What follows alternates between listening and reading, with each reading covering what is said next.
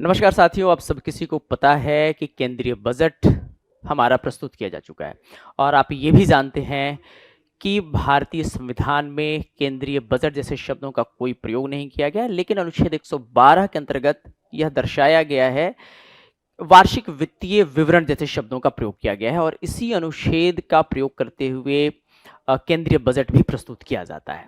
साथियों, देखते हैं कि केंद्रीय बजट 2026-27 में जो आगामी वित्त वर्ष है, उसमें वस्त्र उद्योगों के लिए कौन-कौन से विशेष कार्यक्रम की शुरुआत की गई है और बजट में इसके लिए क्या-क्या प्रमुख प्रावधान किए गए हैं।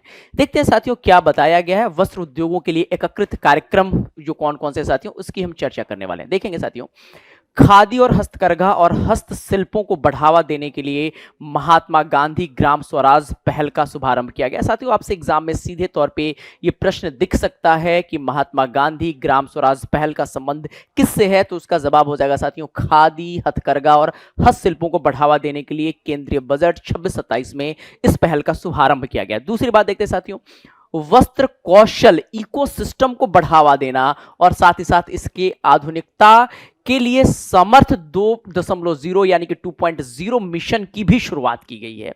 यह भी तथ्य आपके एग्जाम के लिए काफी महत्वपूर्ण है, सीधे तौर पे आपके एग्जाम में दिख सकते हैं।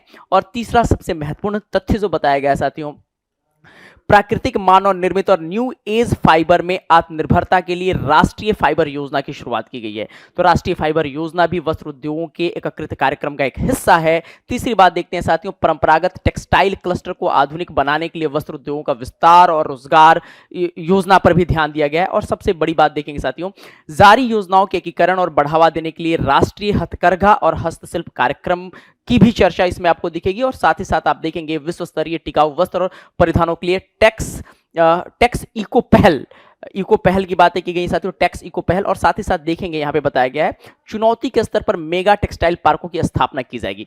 यानी कि आप ये साथियों आप जो देख रहे हैं कि वस्त्र उद्योगों के लिए जो एकीकृत कार्यक्रम है, इसमें जो महत्वपूर्ण कार्यक्रमों की हम चर्चा करें तो एक आपको दिखेगा साथियों महात्मा गांधी ग्राम स्वरोजगार पहल और साथ ही साथ वस्त्र कौशल इकोसिस्टम को बढ़ावा देने के लिए समर्थ 2.0 मिशन की भी बातें की गई है।